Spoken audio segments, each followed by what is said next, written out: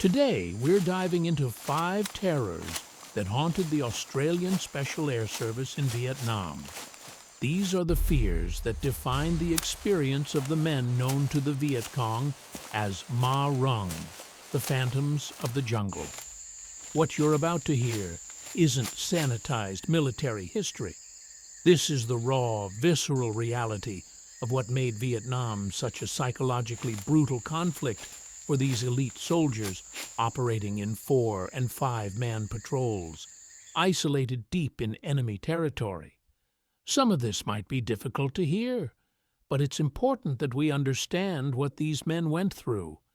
If you're a veteran watching this, you already know these fears intimately. For everyone else, pay attention, because this is the side of special operations warfare that rarely makes it into textbooks or movies. Let's get into it. The first fear we need to discuss is one that defined the Australian SAS experience more than any other unit that served in Vietnam: the fear of isolation. Operating deep in enemy territory with only 4 other men, outnumbered hundreds to 1, with help potentially hours or even days away. The Australian SAS operated fundamentally differently from conventional forces in Vietnam. While American units often moved in company or battalion strength, the Australian SAS conducted their reconnaissance and ambush missions with patrols of just 5 men. A standard patrol consisted of a lead scout, patrol leader, second in command, signaller, and medic. Sometimes they operated with only 4 men. These weren't short missions near friendly lines. These patrols would be inserted by helicopter into areas dominated by Viet Cong and North Vietnamese Army forces, sometimes operating beyond the range of artillery support from the Australian base at Nui Dat. Veterans consistently describe the psychological weight of this isolation. One SAS trooper stated in a documented interview that every patrol began with the same unspoken calculation. There were 5 of you, and out there in that jungle there could be hundreds or thousands of enemy soldiers. If you made contact, if you were discovered, you were facing odds that no amount of training or firepower could fully compensate for. The knowledge that extraction might not be possible if things went wrong was something you carried with you every single moment. The patrol insertion itself was a moment of acute vulnerability. Helicopters would land or hover above clearings, while the patrol fast-roped down or jumped from minimal height. The sound of helicopter rotors could be heard for kilometers through the jungle. Enemy forces quickly learned to converge on insertion points. According to military records, by the later years of the war, it was not unusual for SAS patrols to receive enemy fire shortly after insertion, as the Viet Cong had become familiar with Australian insertion techniques. To counter this, the SAS developed the cowboy insertion. A helicopter carrying 1 patrol would be followed by a slick helicopter with a second patrol. Both patrols would insert and travel together for 5 minutes. The second patrol would then stop and wait another 5 minutes, while the first patrol continued its mission. If there was no enemy contact, the second patrol would return to the landing zone for extraction. This deception technique helped, but it couldn't eliminate the fundamental reality that 5 men were being dropped into hostile territory where they might face overwhelming enemy forces. The distances involved in patrol operations created another dimension of isolation. According to operational records, SAS patrols would often operate in areas that were 2 to 3 days' march from the nearest friendly forces. The Nui Mai Tao Mountains in the northeast of Vuoc Tui Province were a frequent patrol area. These mountains were enemy strongholds located in a vast tract of jungle that could not be isolated and were outside the artillery and mortar range of the Australians at Nui Dat. Patrols sent into these areas knew they were truly on their own. The psychological burden of command in these circumstances was immense. Patrol leaders carried responsibility for 4 other lives while making decisions in an environment where any mistake could be fatal, and help was beyond immediate reach. One patrol commander described the weight of command during long-range reconnaissance missions in a recorded testimony, stating that every decision, from which route to take, to whether to set an ambush, to when to call for extraction, carried life or death consequences. You couldn't consult with higher headquarters. You couldn't wait for backup. You made the decision with the information you had, knowing that if you were wrong, all 5 of you might die, and nobody would know what happened to you for days. The fear of being overrun was constant. Unlike conventional infantry units that could call in substantial reinforcements if they made contact with a large enemy force, SAS patrols had to rely on their own resources and evasion skills. The standard operating procedure was to avoid contact when possible, see without being seen. But contact was inevitable during many patrols. According to unit records, Australian SAS conducted nearly 1,200 patrols over their time in Vietnam and had contact with the enemy in approximately 300 of those patrols. When contact occurred, the isolation became terrifying. Veterans describe the moment when you realize you've been compromised, when the enemy knows you're there, and suddenly you're 5 men facing a force that could number in the dozens or hundreds. The tactical response was to unleash overwhelming firepower to make the enemy believe there were more of you than there actually were, then break contact and evade. But in those moments, knowing help was far away, the isolation was absolute. Radio communication was the lifeline that made the isolation bearable, but radios failed. In the humid jungle environment of Vietnam, radio equipment malfunctioned constantly. Batteries died. Dense vegetation blocked signals, and when your radio went dead, you were truly cut off. One signaler described the terror of having radio failure during a patrol in enemy territory, stating that the radio was your connection to the world, to extraction, to artillery support if you needed it. When it failed, and you couldn't re-establish contact, the isolation became crushing. You were 5 men in a jungle full of enemy forces with no way to call for help. The extraction phase of patrols created its own isolation fears. When the mission was complete or when the patrol had been compromised, extraction by helicopter was necessary. But helicopters couldn't always get in. Weather could prevent flying. Enemy fire could drive off the extraction bird. The landing zone might be too hot. Veterans describe waiting in designated extraction points, hearing helicopters in the distance, then hearing them turn away because the conditions were too dangerous for them to land. In those moments, the isolation felt complete. You're stuck in enemy territory. The enemy probably knows approximately where you are, and the helicopter that was supposed to get you out has just flown away.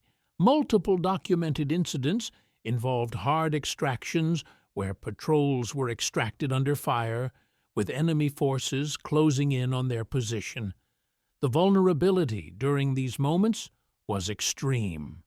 You're calling in the helicopter, which is announcing your position to every enemy soldier in the area. You're moving to the extraction point, which might be a small clearing where you have no cover, and you're waiting for the helicopter to arrive while hoping the enemy doesn't reach you first. In these circumstances, the isolation transformed into acute danger as enemy forces converged, while your only means of escape was still minutes away. The aftermath of patrols that went wrong created the most haunting form of isolation. When patrols were overrun or went missing, Finding them became an agonizing question. In 1969, one Australian SAS soldier went missing in action after falling from a suspended rope extraction. His remains weren't found until August 2008, nearly 40 years later. The fear among patrol members wasn't just about dying, it was about dying in isolation. Your body left in the jungle, your fate unknown to your family, your sacrifice unmarked and unrecognized. This isolation created a unique psychological burden that conventional forces didn't experience in the same way. Large infantry units had the comfort of numbers, the immediate support of their buddies, the visible presence of command and logistics. SAS patrols had 5 men, a radio, and their training. The constant awareness that you were outnumbered, isolated, and potentially beyond rescue created a level of sustained stress that veterans describe as defining the SAS experience in Vietnam. You learned to operate with the fear, to function despite the isolation, but you never forgot that you were 5 men alone in a jungle controlled by the enemy. The second fear that defined the Australian SAS experience in Vietnam was one that every soldier in the war faced, but which took on special meaning for small patrols operating in enemy territory: booby traps and mines. The omnipresent threat that the ground beneath your feet, the trail you were walking, the vegetation you were pushing through could kill or maim you without warning.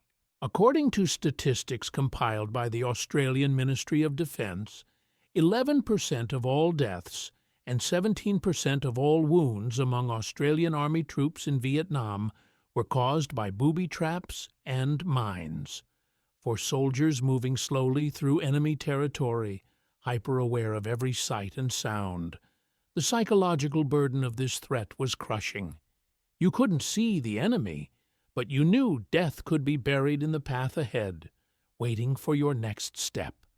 Punji stakes were among the most feared booby traps encountered by Australian SAS patrols. These were sharpened bamboo stakes, fire-hardened to a needle-like point, that had been coated with human feces, animal waste, or plant poison to cause infection in victims.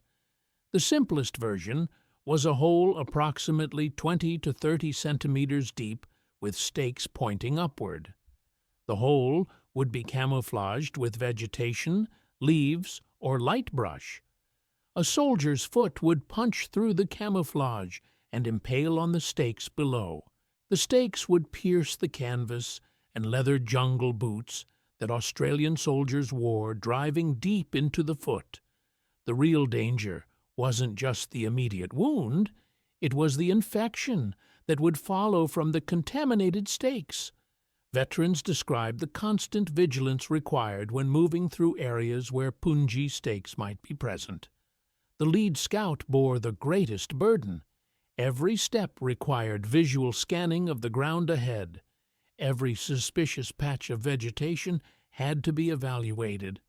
Any slight depression in the trail could be concealing a stake pit. One SAS lead scout stated in an oral history that you learned to ride the jungle, to see what didn't belong. But the Viet Cong were experts at camouflage.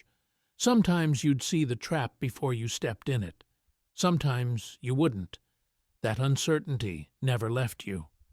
The variations of punji stake traps made them even more terrifying. Some pits had stakes angled downward along the sides. When a soldier's foot punched through and hit the stakes at the bottom, attempting to pull the leg out would drive it into the side stakes. The victim would be trapped, unable to extract their leg without causing massive additional damage. Occasionally, the Viet Cong would dig 2 pits side by side. When a soldier fell into one pit and called for help, their rescuer would rush over and fall into the adjacent pit. Both men would be trapped, unable to free themselves, their patrol compromised, and enemy forces potentially closing in on their position. For SAS patrols, The implications of a punji stake injury went beyond the immediate wound. A patrol operating deep in enemy territory couldn't afford to have a member unable to walk. Medical evacuation might not be possible. The wounded soldier would have to be carried, which would slow the entire patrol and make evasion nearly impossible if enemy forces were pursuing. The fear wasn't just about being injured. It was about becoming a liability to your patrol, about endangering the lives of the 4 other men with you because you stepped in the wrong place. The bamboo whip was another nightmare weapon that SAS patrols learned to fear. This trap consisted of a long, flexible bamboo pole fitted with foot-long metal or bamboo spikes. The pole would be pulled back into an arc using tension and attached to a tripwire. When the tripwire was triggered, the bamboo pole would whip forward at speeds reported to reach 100 miles per hour. The spikes would impale whoever triggered the trap, driving through flesh with tremendous force. According to veterans' accounts, these traps could be positioned to strike at chest level, face level, or from below, depending on how the Viet Cong rigged them. The swinging mace operated on a similar principle, but with even more devastating potential.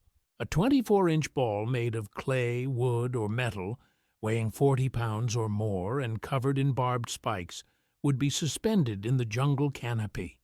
A tripwire would hold it in place. When triggered, the ball would swing down through a wide arc, gaining momentum as it descended. Anyone in its path would be struck with tremendous force by the spiked ball. Veterans described these weapons as particularly feared because the impact could be instantly fatal, and the psychological knowledge that something that large and heavy was swinging toward you at high speed created lasting trauma for survivors who witnessed their comrades hit. Explosive booby traps added another layer of fear. The grenade in a can was a simple but effective device. The Viet Cong would remove the safety pin from a grenade and place it in a tin can. The can would hold down the striker lever. A tripwire would be attached. When the wire was tripped, the grenade would be pulled from the can, the striker lever would release, and the grenade would detonate. These traps could be placed along trails, in doorways, or attached to virtually anything a soldier might disturb. The 4 to 6 second fuse gave almost no time to react once the trap was triggered. For Australian SAS patrols, dealing with booby traps required a combination of hypervigilance and tactical adjustment. The lead scout bore the greatest responsibility and the greatest risk. Moving slowly, scanning constantly for signs of tripwires, disturbed earth, or unusual vegetation, the lead scout was the patrol's first line of defense against booby traps. But the psychological toll was immense. One SAS lead scout described the mental exhaustion in a documented interview, saying that you couldn't relax for a single second. Every step might trigger a trap. Every vine across the trail might be a tripwire. After hours of that level of constant alertness, your mind began to play tricks on you. You'd see tripwires that weren't there. You'd become convinced every shadow was concealing a trap. But you couldn't let your guard down because the real traps were out there too. The Viet Cong learned to mark their booby traps for their own forces using subtle indicators.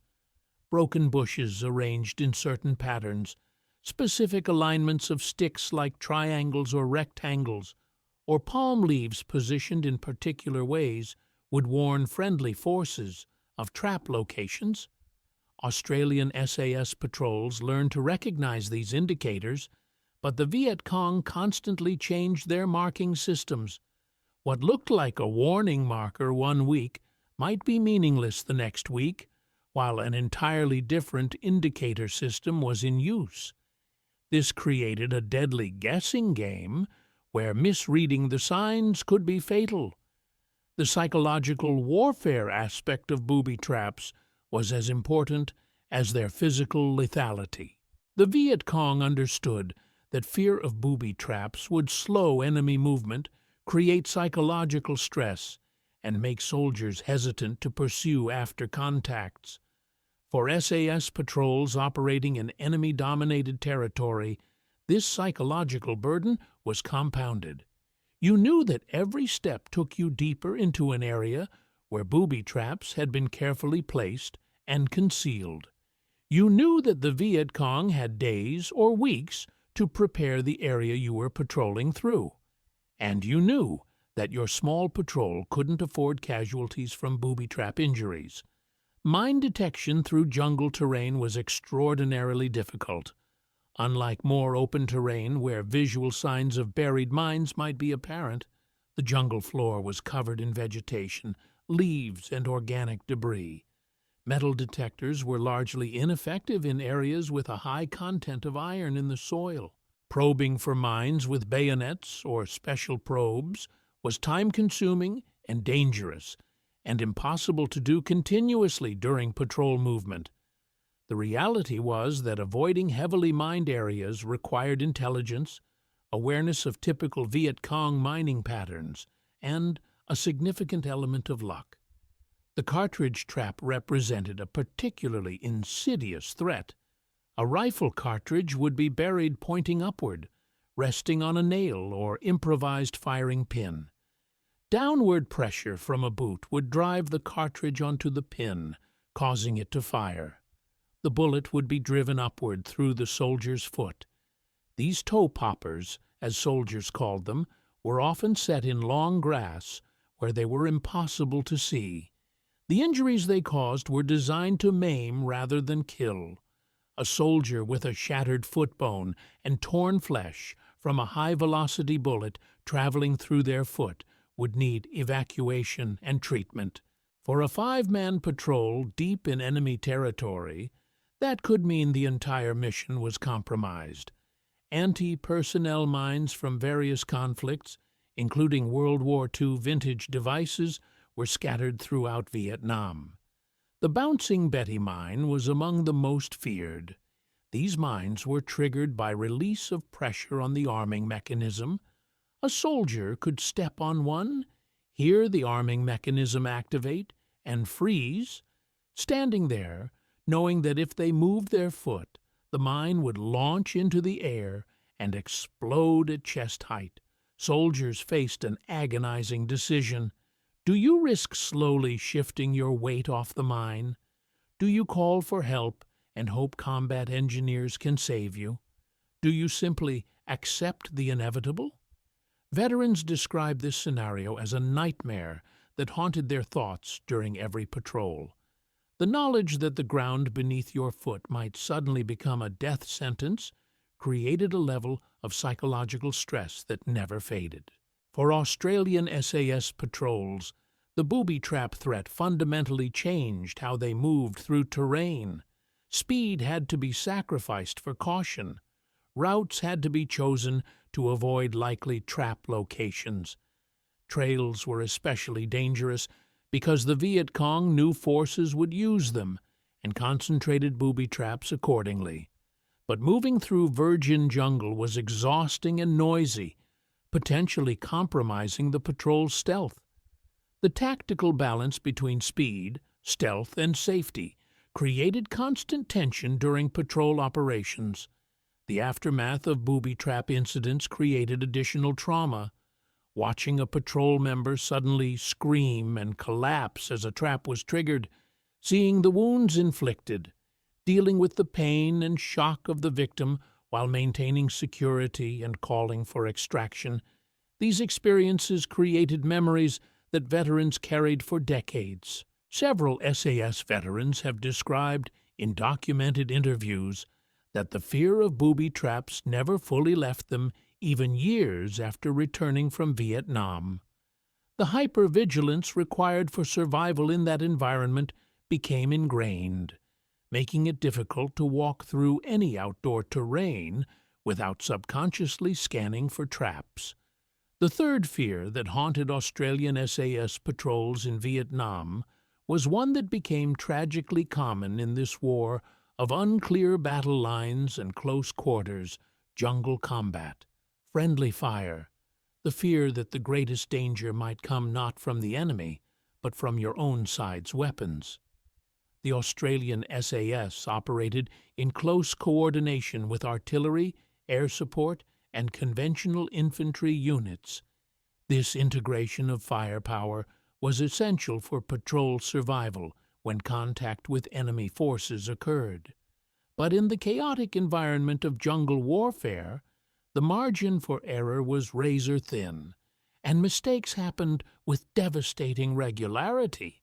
According to military records and veteran testimonies, friendly fire incidents were a persistent fear and a tragic reality throughout the Australian commitment in Vietnam.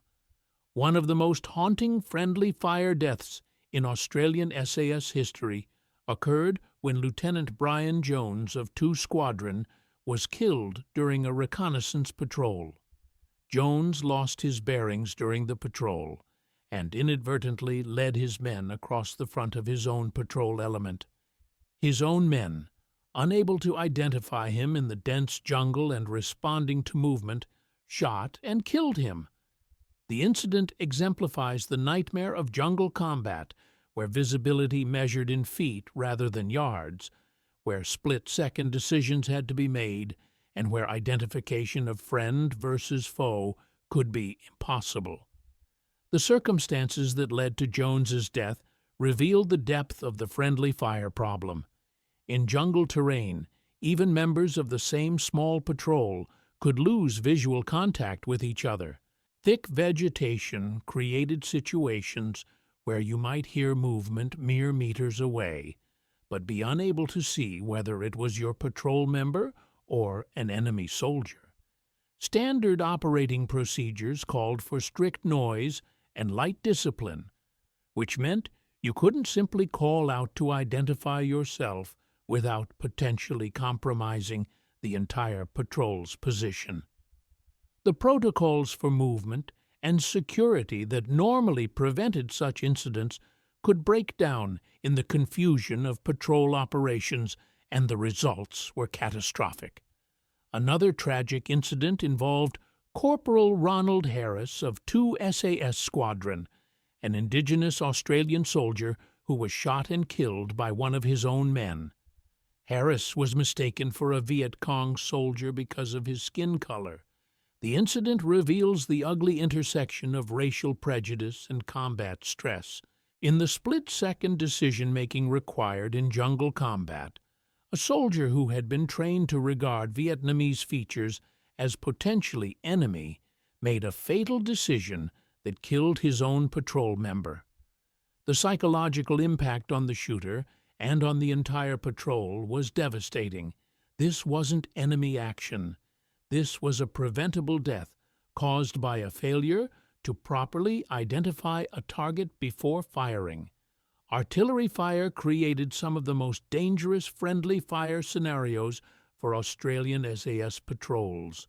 When patrols made contact with enemy forces and called for fire support, the proximity of friendly forces to enemy positions meant that small errors in coordinates or timing could be catastrophic. SAS patrols frequently called in artillery danger close, meaning within 600 meters of their own position. At these ranges, any error in fire direction, any mistake in plotting coordinates, any deviation in shell trajectory could result in friendly casualties. Veterans described the tension of calling in artillery support during contacts. The patrol signaler would be radioing coordinates while the patrol was engaged with enemy forces. The numbers had to be absolutely correct. A single transposed digit could send shells landing on the patrol's position instead of the enemy. One SAS signaler stated in a documented interview that every time you called in fire missions, you knew you were threading a needle. The enemy was close. The shells had to land close enough to be effective, but not so close they hit you. You double and triple check the coordinates, but in the chaos of combat, mistakes were possible. That knowledge created a fear that sometimes the biggest danger was the support you were calling in. Radio communication failures compounded the friendly fire danger from artillery. In the humid jungle environment, radio equipment failed regularly. Batteries died at critical moments.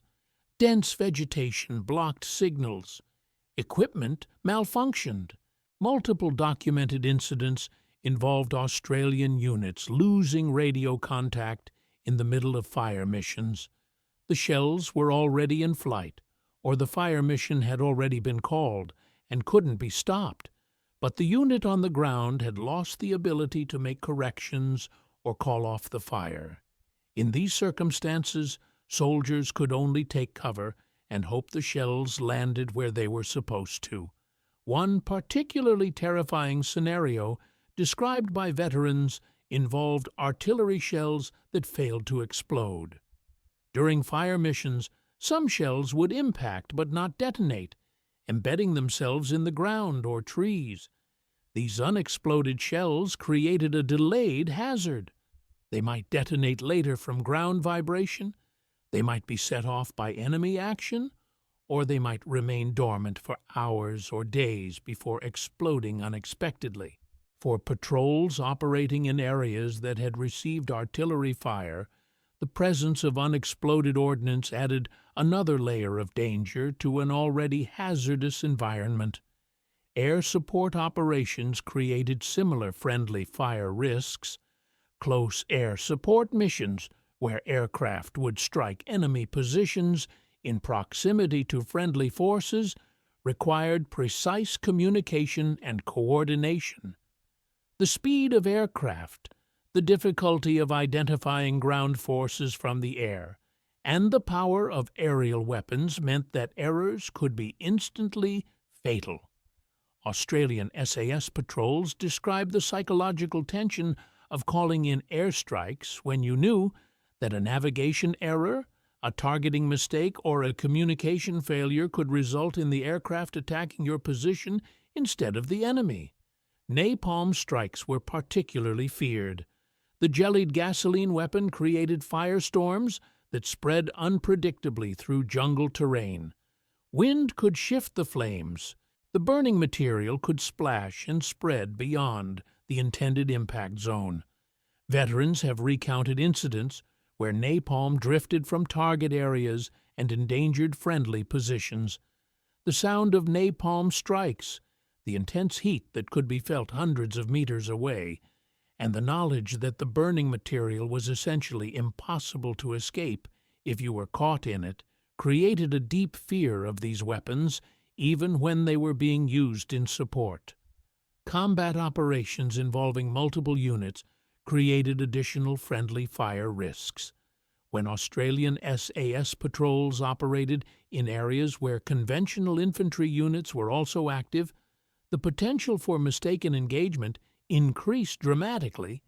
Standard procedures called for careful coordination of patrol boundaries and movement corridors. But in the fluid environment of jungle warfare, these boundaries could become blurred or obsolete. Patrols that wandered outside their designated areas, or units that pushed into areas where they thought no friendly forces were present, could suddenly find themselves engaging each other. Night operations multiplied all of these friendly fire risks. The majority of enemy attacks and many patrol activities occurred at night. In darkness, with visibility essentially zero beyond a few feet, identifying targets became extraordinarily difficult. The use of illumination, rounds from artillery, or flares from aircraft helped, but the shifting shadows and partial visibility created conditions where mistaken identification was tragically common. Veterans consistently described the fear of seeing movement in the darkness and having to make instantaneous decisions about whether to fire, knowing that the movement could be a patrol member, a friendly unit, or an enemy soldier. The psychological impact of friendly fire deaths and near misses was profound. Unlike casualties from enemy action, which could be understood and processed within the framework of combat, friendly fire deaths felt preventable and tragic in a different way. Veterans describe struggling with guilt, anger, and questioning that accompanied friendly fire incidents. The soldier who fired the shot that killed a comrade would carry that burden for the rest of their life. The units involved would struggle with trust and cohesion. The families of the deceased would struggle to understand how their loved one could survive enemy action only to be killed by their own side. For Australian SAS patrols, the friendly fire risk created a constant background tension. You needed fire support to survive if you made heavy contact with enemy forces. But calling in that support created risks of its own. You needed to coordinate with other units to avoid being engaged by friendly forces. But in the fluid environment of jungle warfare, perfect coordination was impossible. The awareness that the artillery supporting you, the airstrikes coming in, or even the friendly infantry nearby could become threats rather than assets added another dimension of fear to an already terrifying environment. The fourth fear that defined the Australian SAS experience in Vietnam was the terror of the jungle itself, not the enemy soldiers within it, but the environment that could kill you just as surely as enemy bullets. The deadly wildlife, the diseases, the physical deterioration that the jungle environment inflicted on the human body. Vietnam's jungles were home to some of the world's most venomous snakes, and for Australian SAS patrols moving slowly and silently through dense vegetation, encounters with these creatures were inevitable. The bamboo viper, also called the bamboo pit viper, was among the most feared. These snakes were perfectly camouflaged to resemble bamboo, making them nearly invisible in the vegetation where they lived. Their venom caused severe tissue damage, massive swelling, and could be fatal without treatment. For SAS patrols operating days away from medical facilities where antivenom was available, a bamboo viper bite could be a death sentence. The tactical reality of patrol movement meant that snake encounters were unavoidable. The lead scout would push through vegetation, grab branches for support, sit or lie prone in grass and undergrowth. Every one of these actions carried the risk of grabbing, stepping on, or lying on a venomous snake. One SAS trooper described the constant awareness of this threat in an oral history interview, stating that every time you reached for a branch, every time you crawled through vegetation, every time you needed to move through an area of bamboo, you knew you might be about to encounter a bamboo viper. The bites were agonizing. The swelling would be immediate and severe, and you were days away from help. The Malayan pit viper was another deadly threat. These snakes were nocturnal, active during the same hours when SAS patrols often conducted movement and operations. The snakes would lie motionless on trails, perfectly camouflaged against the jungle floor. Stepping on one would result in a strike. The venom caused massive hemorrhaging and tissue death. For patrols moving in darkness, relying on limited moonlight or no light at all to maintain stealth, seeing a motionless snake on the trail before stepping on it was nearly impossible. Various species of cobras also inhabited Vietnam's jungles. The monocled cobra, king cobra, and spitting cobra all posed distinct threats. King cobras could grow over 15 feet long and inject massive amounts of neurotoxic venom. A king cobra bite could kill an adult human in as little as 30 minutes without treatment. Spitting cobras could spray venom into a victim's eyes from several feet away, causing intense pain and potential blindness. For patrol members who needed clear vision to navigate and maintain security, having venom sprayed into their eyes could incapacitate them and compromise the entire patrol. Crates, including the Malayan crate and banded crate, were nocturnal hunters with extremely potent neurotoxic venom. The danger of crate bites was compounded by the fact that they were often painless initially. A patrol member might be bitten during the night and not realize it until symptoms began hours later. The symptoms, muscle paralysis, difficulty breathing, and potential respiratory failure, would appear when the patrol was potentially still deep in enemy territory, with no immediate means of evacuation. The treatment options for snake bites in the field were limited and often inadequate. Anti-venin had to be specific to the species of snake. Administering the wrong antivenin could be as dangerous as administering none. Most patrol medics carried general antivenin that might help with some species, but was not guaranteed to be effective.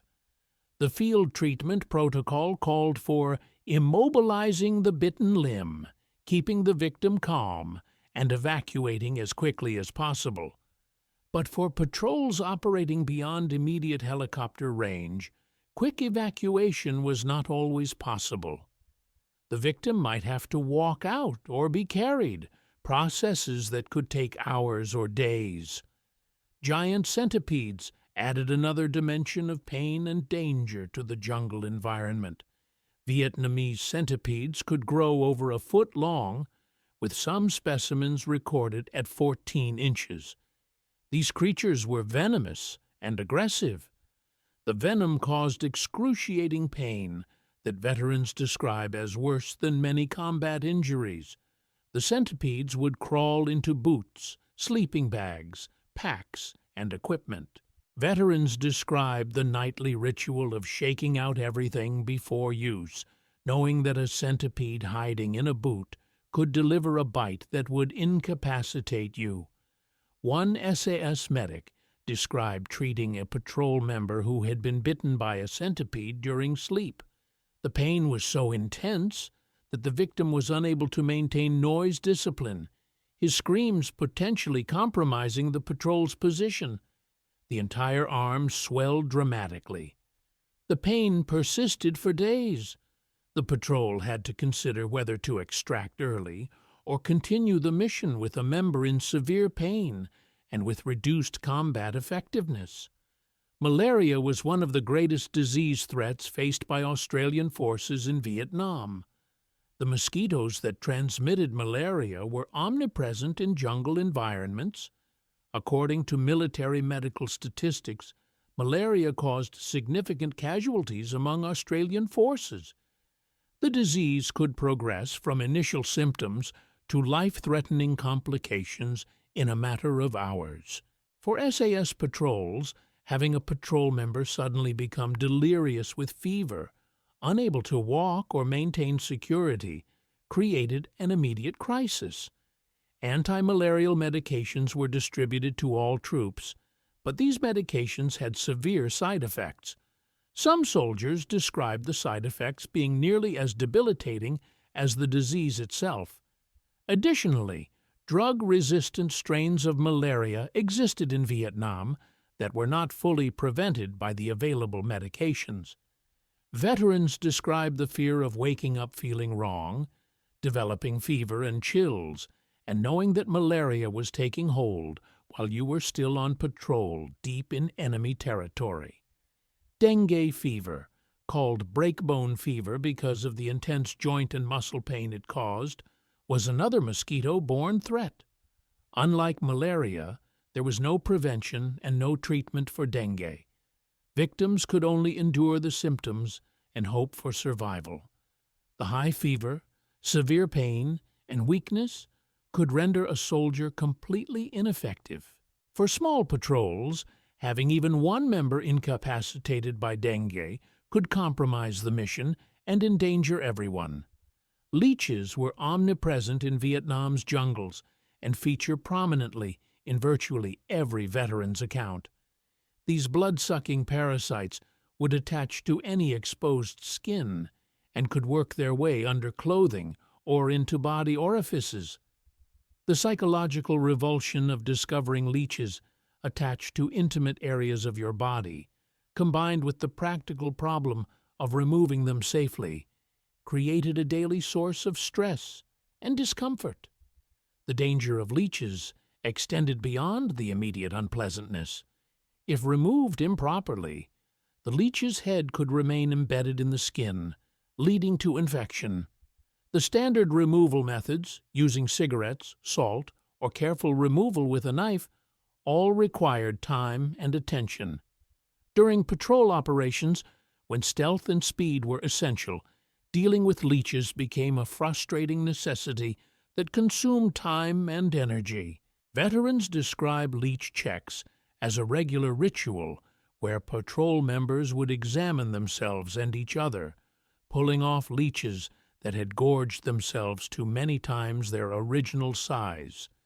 Immersion foot, also called jungle rot or trench foot, was a serious medical condition caused by the combination of constant moisture and tropical heat.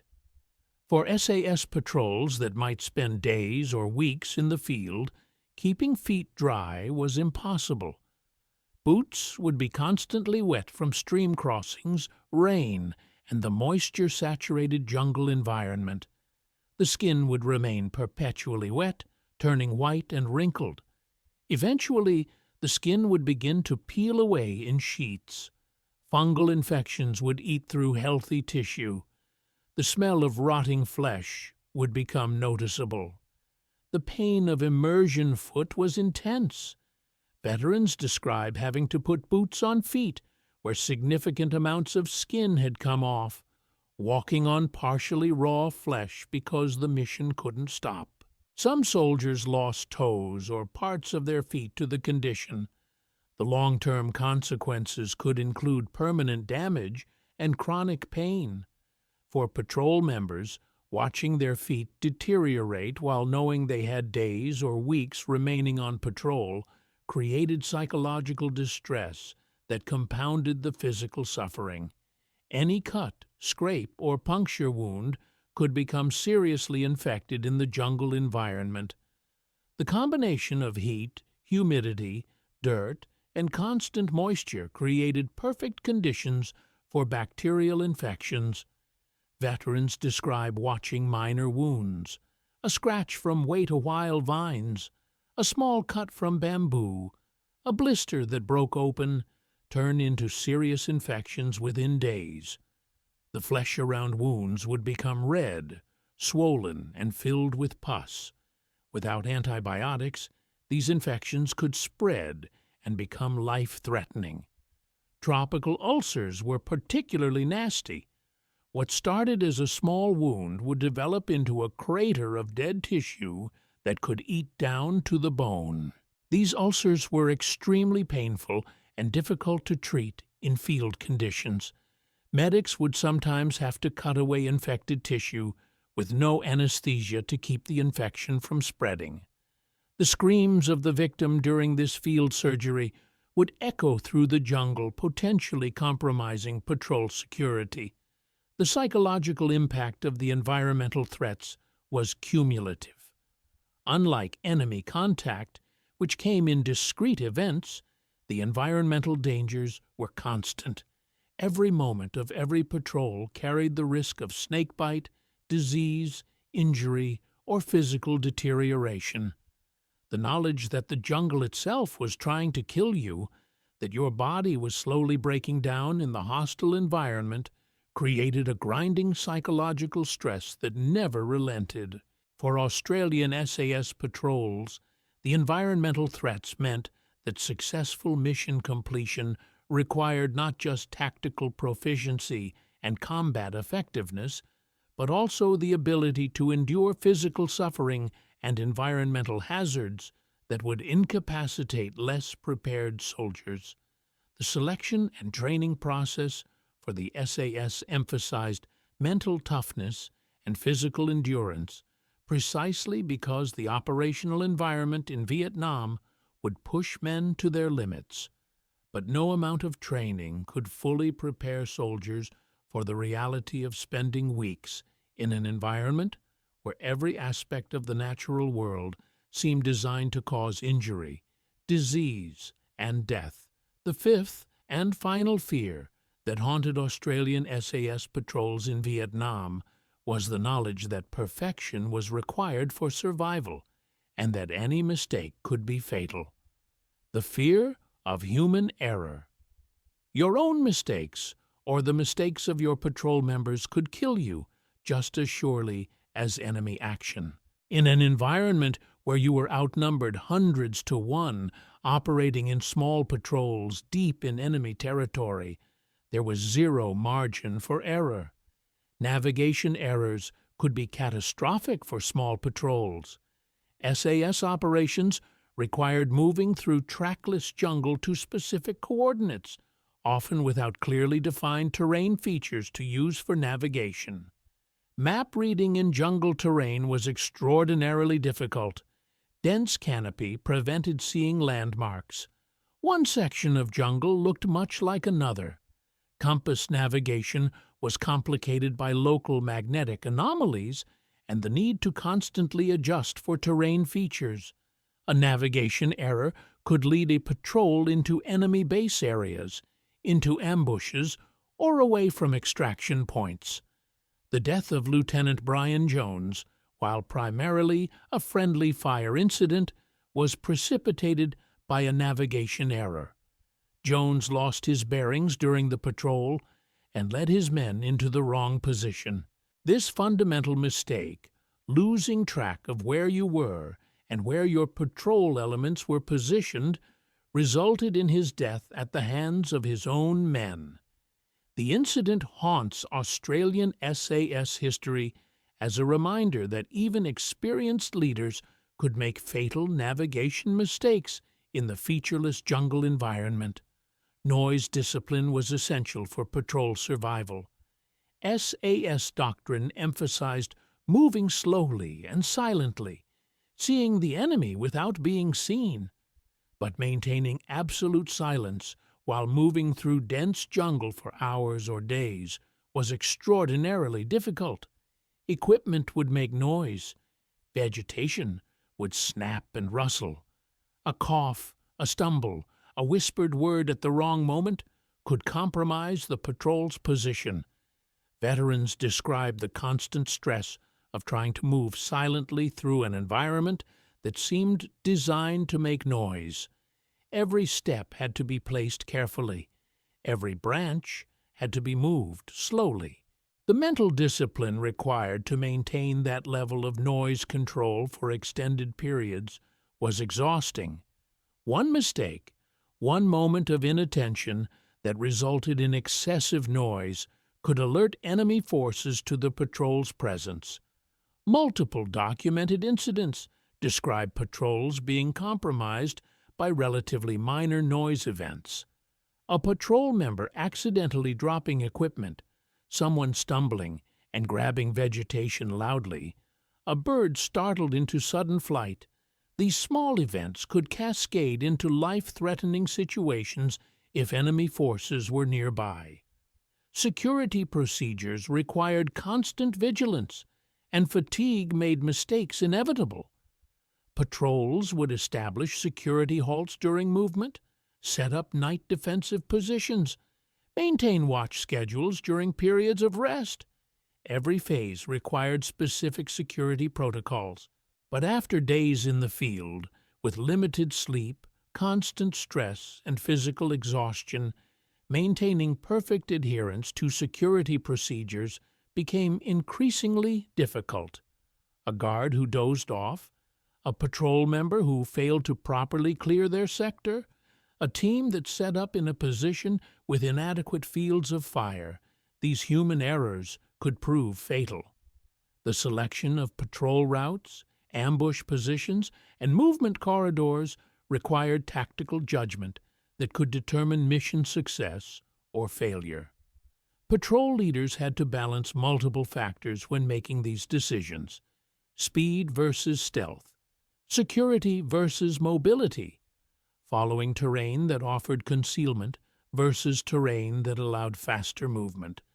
A leader who chose poorly, who led their patrol into a natural ambush position, or who selected a route that was easily observed by enemy forces, could endanger the entire team. One documented incident involved an SAS patrol that selected an ambush position without adequate withdrawal routes. When the ambush was triggered and enemy forces responded in greater strength than expected, the patrol found itself pinned down with limited options for escape. The tactical error in position selection had created a situation where the patrol's survival was in question. Only the intervention of helicopter gunships and the patrol's aggressive use of firepower allowed them to break contact and evade. Equipment preparation and maintenance were critical for patrol survival, and failures in this area could have cascading consequences. A radio that wasn't properly maintained might fail at a critical moment. Weapons that weren't kept clean could malfunction during contact. Batteries that weren't replaced could die when you needed to call for extraction. Medical supplies that were inadequate could leave a wounded patrol member without critical treatment. Every piece of equipment required attention and care, and human error in equipment preparation could prove fatal. The challenge of maintaining equipment in the jungle environment compounded the problem. Metal corroded, rubber degraded, electronics failed in the humidity, ammunition had to be kept dry, optical sights fogged. The amount of preventative maintenance required just to keep equipment functional was substantial, and in the field during extended patrols, that maintenance had to be done in conditions that were far from ideal. Decision-making under stress required patrol leaders to make correct choices with incomplete information in circumstances where mistakes could be immediately fatal. When to call in artillery support, when to break contact and evade, when to set an ambush versus when to continue reconnaissance. These decisions had to be made quickly, often without the ability to consult with higher headquarters, and with the knowledge that choosing wrong could result in casualties or mission failure. One patrol leader described the weight of decision-making during patrol operations in a documented interview. "Every decision I made affected 4 other lives. Do we take this route or that one? Do we avoid this enemy position, or do we observe it? Do we call in fire support now, or wait? You make the best decision you can with the information you have, but you're never certain. And if you're wrong, men die. That uncertainty never goes away. You carry it with you every moment of every patrol." The integration of New Zealand SAS troopers into Australian patrols added another dimension to team dynamics. While the New Zealanders were highly skilled and the integration was generally successful, having patrol members from different national units with potentially different training and procedures created additional complexity. Clear communication, mutual understanding of tactics, and team cohesion were essential, and any breakdown in these areas could create dangerous situations. The cumulative effect of prolonged operations created conditions where human error became increasingly likely. After weeks or months of continuous patrol cycles, soldiers became physically exhausted and psychologically worn down.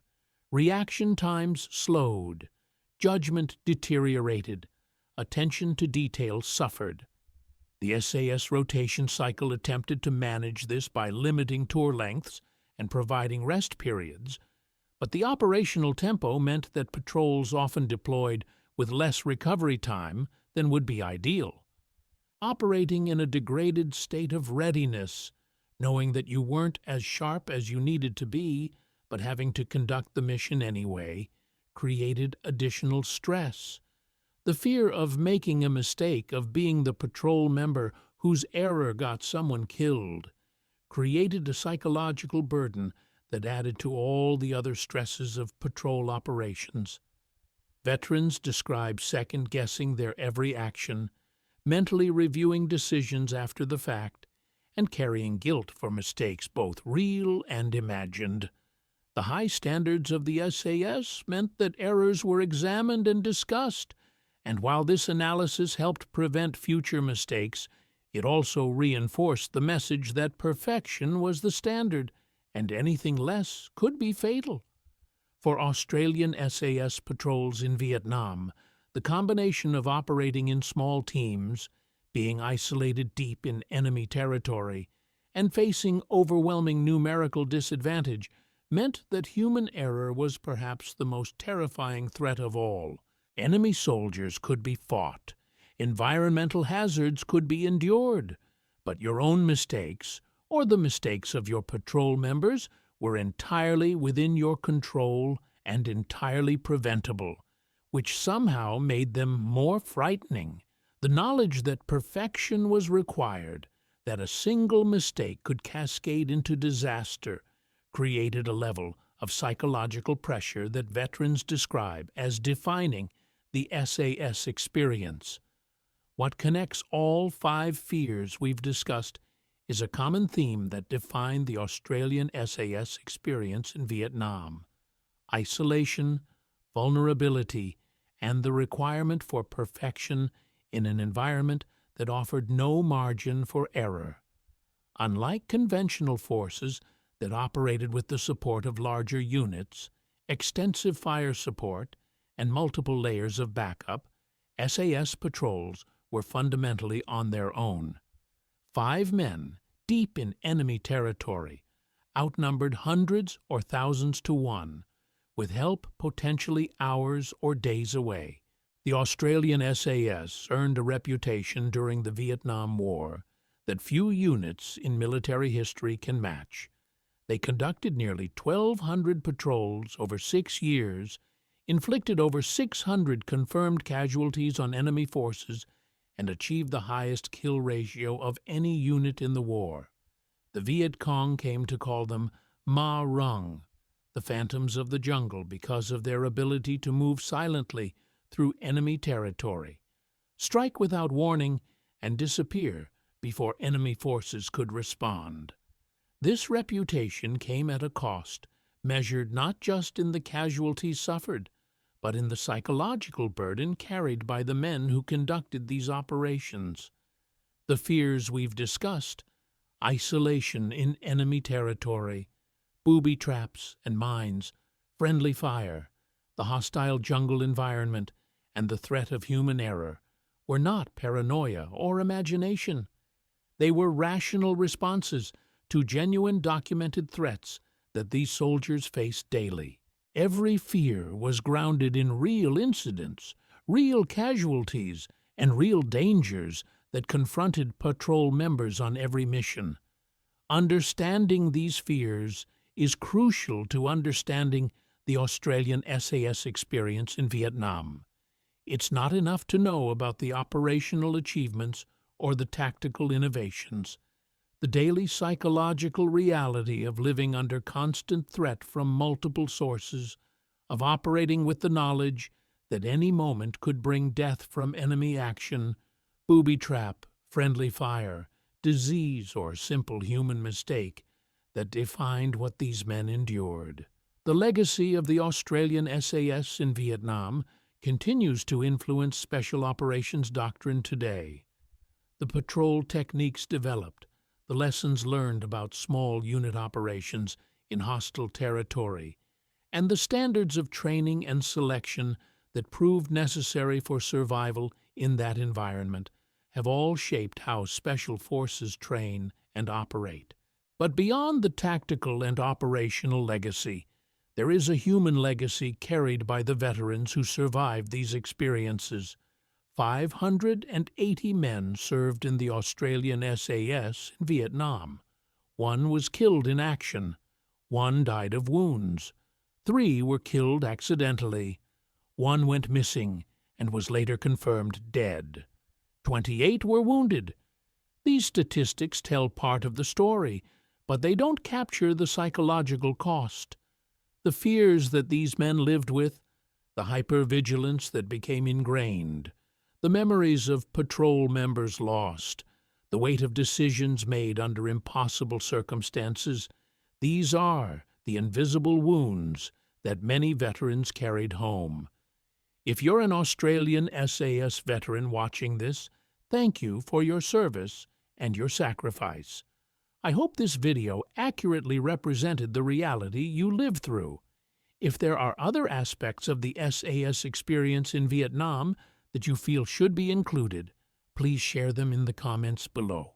For everyone else, if you found this educational and want to better understand the special operations experience in Vietnam, please share this video, like and subscribe for more historical content that goes beyond the sanitized versions found in textbooks.